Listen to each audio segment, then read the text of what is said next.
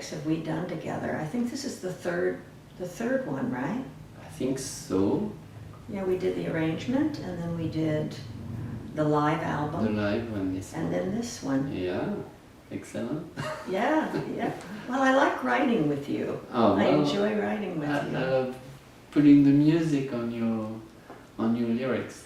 Thank And, you. we figured it out. I think we have a good Synergy, kind of. yeah. Yeah. Yeah.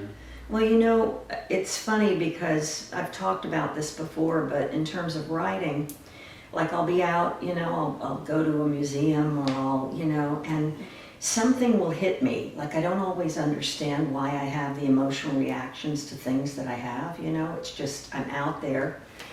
like a letter to Sophie was an exhibit at the museum that I saw with this Dear John letter, and I'm like, I kept standing in front of this exhibit and I was drawn to it, you know, and I'm like, why am I having this emotional response to this one part of her, Sophie Calais, you know who she is, right? Yeah. Being from France.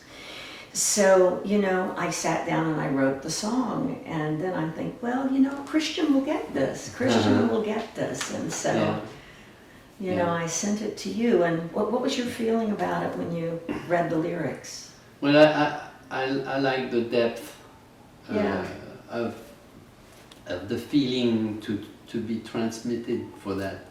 And usually you would think like to put like a minor key.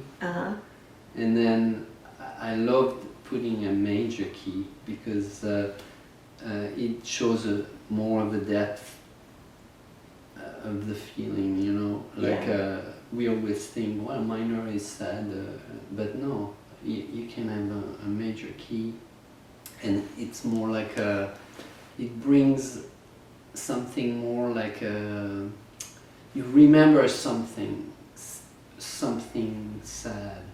Or something with it's a bigger, it's like a bigger, there's a deeper feel. Yes, you know? yeah. So I kind of right away, you know, with the first lyric, kind of found the simple da da da da da, and so that couldn't be simpler, you know, in a major key too. And then from there, and I think it hit pretty well.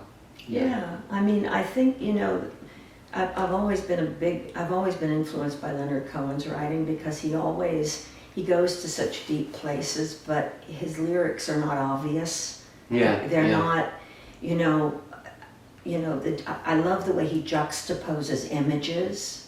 He does a lot of that in his writing. So it's like, you know, like the lyric in a letter to Sophie, it would be, lights falling through the cracks. What are the lyrics? I wrote them and now I can't even remember what they are. A tattered hotel napkin on a table by the bed. As she picks it up slowly, she remembers what he said. For many months they've met here in the shadows of the day. That's kind of what I'm talking about, the shadows of the day, because nobody really thinks about that. You think about shadows at night, you know? Right. So it gives, you know, it gives that kind of... Yeah, it's beautiful. Kind of a mind thing, like, oh, okay.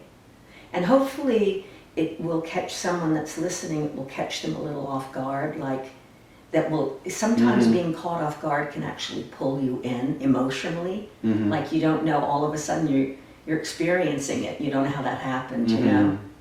So, and then Instinct of Love is another one that you and I co-wrote together.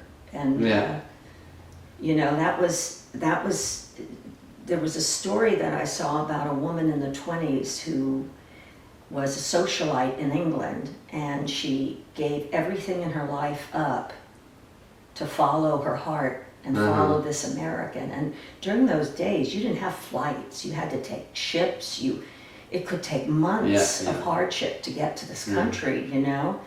And I was just so blown away by her courage, because in the 20s, women didn't do stuff like that, you know? So, and then I brought the song to you, And we talked about giving it that speakeasy feel, the 1920s feel.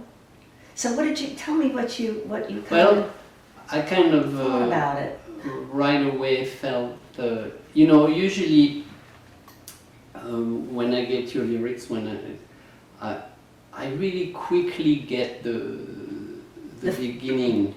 Really, like, that's interesting. Yeah, really. Like for example, I remember this one. It's like two chords going back and forth, slowly with the bass kind of interjecting a little in there, and I had that right away.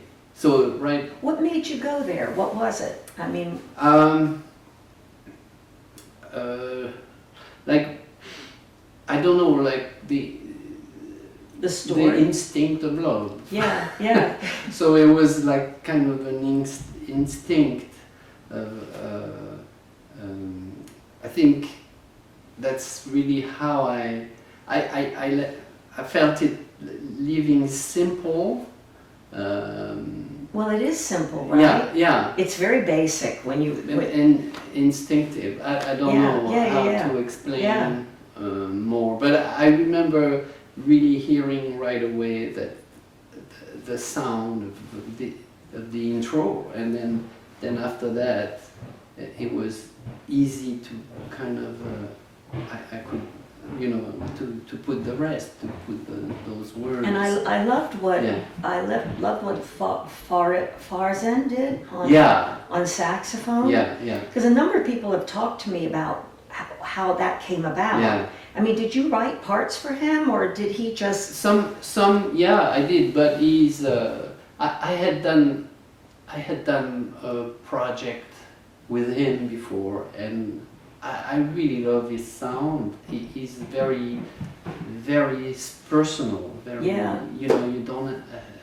He really doesn't sound like anybody else. No, he doesn't. And we were talking about Letter to Sophie. Yeah. On the soprano, his sound is so marvelous. And it yeah. goes so well with Letter to Sophie. Yeah, also. yeah. I mean, everything he did on the album was really and it's superb. You know. It's creative, it's personal, and I'm really, he's available for our August 30th gig at Catalina's, so everybody's going to be there from the band. Yeah. Unless if somebody gets a better offer. Well, that always happens, you know? Yeah. Yeah. You work with A-list musicians. Well, and people at least get it's tours. not a big band. No, that's true. I did once. I had one once, and I said never again. Just for that reason. Right. Oh my God, you can't have anyone. Yeah. It's funny. I know. Well, I know also I came to you with Temptation, the Tom Waits song. And you initially, I don't think you were like... No, that's Temptation. Well, I didn't really... I wasn't too excited about this one. That's true. It just the simplicity until I heard the original. Yeah. Oh, you heard Tom Waits' version? It's insane. It's totally insane. And so I said, oh, okay. So I'm totally not understanding. Yeah. And so then I kind of changed the approach a little. Well, we also talked about that because I said to me, this song is about making a deal with the devil, remember? Exactly, yeah. Because to me it is, it's like when you go into life with, I remember a friend of mine's husband stood to make a lot of money by taking a TV show that he had, and he syndicated. She said, I don't even know who he is anymore. Mm-hmm. Like he's doing things I don't recognize in him. And I thought about that. It's like that's when, not just that, but when you make a deal with the devil, it's like when you give up a piece of yourself that you can't get back. A piece of your integrity or a piece of your whatever it is, your insight, Yeah. And then you managed to take it and then we put the congas in there. Right? Which really gave it kind of a bass Yeah, it's like a devilish feel, so to speak. yeah, You know? and it hits pretty good. I think people like it. There's a lot of It's getting a lot of streams. streams. That's good. Yeah. Yeah. And but just I changed also the the harmony, like making it a little friction, More a little friction in it. But I didn't really want to be totally crazy, like No. doing any. I mean, try to keep. I mean, the devil, is smart. He's very smart, So right? I wanted to keep a little smartness. Yeah. Well, I think you did it. And then Grant Geisman comes in with that killer guitar solo in there. So it's perfect. Yeah. I'm really proud of everybody but everybody really plugged in, and and when I said I want us to do the CD release on this, I said this is our project, because it really was. I always feel like working with you, we go into the studio and everybody's so collaborative. Everybody brings their A game, and it's so important that it's born out of the moment, which is you hear the difference. Absolutely. Yeah, you absolutely. There's an intimacy in the recording. And it's always, I love studio work for that reason, also for that what we do, when suddenly you say, this is the take, and everybody agrees because you hear it. You hear that there was that soul in the take, and that's always that's great. And often it's the first take. Is it? At least for me. In terms of if I've heard that before from other really wonderful musicians. They always like the first take. It's fresh, it's fresh, and that's where when you do, for example, you do a great solo, and then we say, well, we do another take. And then subconsciously you're gonna try. There was that part, maybe to try to reconnect a little from the first take, and so of course it's not as fresh. It's not as fresh. But I mean, sometimes I'm able to just erase and just anyway. No, it's cool. It's good. It's good. So, is there what else do you really feel good about on the record? Well, I Fragile. think, there's Fragile, but Fragile. That's what I was about to say. You had the genius idea of saying, hey, why don't we put some choir voices instead of strings, and do that in the style of strings. Yes. So that gave me really a great kick, and I was like, I love that. So and again, the intro came very quickly when it's so interesting. It just comes like that for you in the beginning. Yeah. Yeah. It's like the first two bars. Yeah. I don't know and then it's not always, sometimes. But when it doesn't, I actually wait for it to happen somewhere in the song. And when I really have something that fits and that's great, then I kind of expand it out. Yeah. Well, I loved adding the voices because, the song really is about the fragility of us. Mm-hmm. We human beings, right? And I mean, this whole album, when I look back at it and I think about what were my inspirations on it, because it's like, it all seems to come back to this core message of our humanity.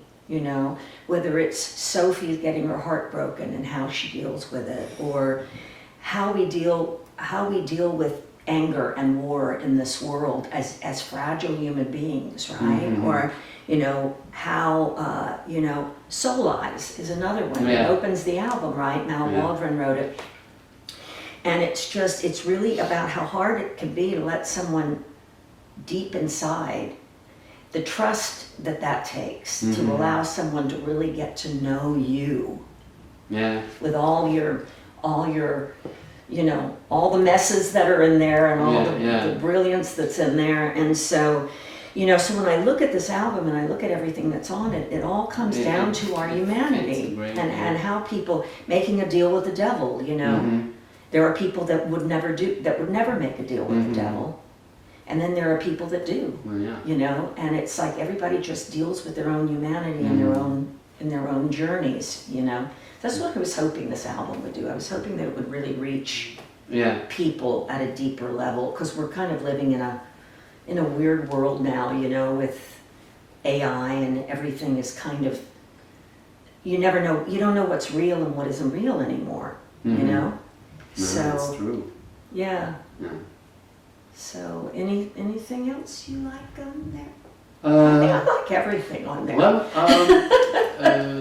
Talk's a good game. Talk's a good game. Yeah, I love this one too. Yeah. Yeah. Again, I think that phrase came very. Da-da-da-da.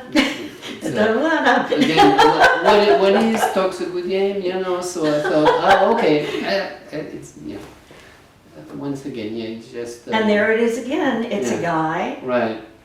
Who is a womanizer, and he goes into the bar and he plays games. He manipulates women, and it's like the one that's really losing is him. And people have said to me, "Why did you put Talk's a Good Game after Soul Eyes?" It's like it doesn't, you know. But it actually makes sense, because Soul Eyes is about really opening up and letting someone in, and Talk's a Good Game is about a guy that loses in life because he's not able to do that, right? So it kind of all connects, I think. Yeah. You know, and I love the way you made him in Talk's a Good Game. That what you did with it, it's kind of almost comical in a way. Yes. But it's also got that kind of thing to it, you know. Yeah. So. Yeah, this one had to be kind of a swinging kind of. Yeah. You know. Yeah, I had somebody say you're swinging. Yeah. I tend to like ballads, you know. That's my heart. Yeah. So, yeah. Me too. Yeah. So. Well, cool. I'm glad we did this. Yeah, me too. You know, I'm very proud of this project, and I love working with you. Well, I love working with you, and I think that project is gonna go far. I hope so. I hope so. Yeah. Okay. All right. Thank you. What would be adjectives that would describe this record? People are saying it's dramatic. Yeah. They say it's dramatic, or they say, what else has it said? You know, it's musical. I would it's musical. Yes. I would say that. It just. It's musical. Because it's a great adjective, because you know you got with all the different approaches of all the album, you know, something that's not musical is something that is very restricted. Yes. And so this one. Oh yeah, you're right. And you know, I do believe it's kind of lyric jazz. Yeah. You know, and a lot of people don't know what that means, but there is lyric jazz out there, and it's where the stories are more the center instead of all of the mechanics of the intervals and all of that, right? Yeah, it's totally lyric jazz. It's very totally and it's different. Very. That's an adjective. Yeah, lyric jazz. Yeah, but you know, people they call lyric jazz artists were like, they say Miles Davis was a lyric jazz player. Oh yeah. Chet Baker. You know, and where they use music to almost tell a story. Well, that's what we're doing with this album, right? We're telling stories with this. So we're storytellers. That's what I would say. All right.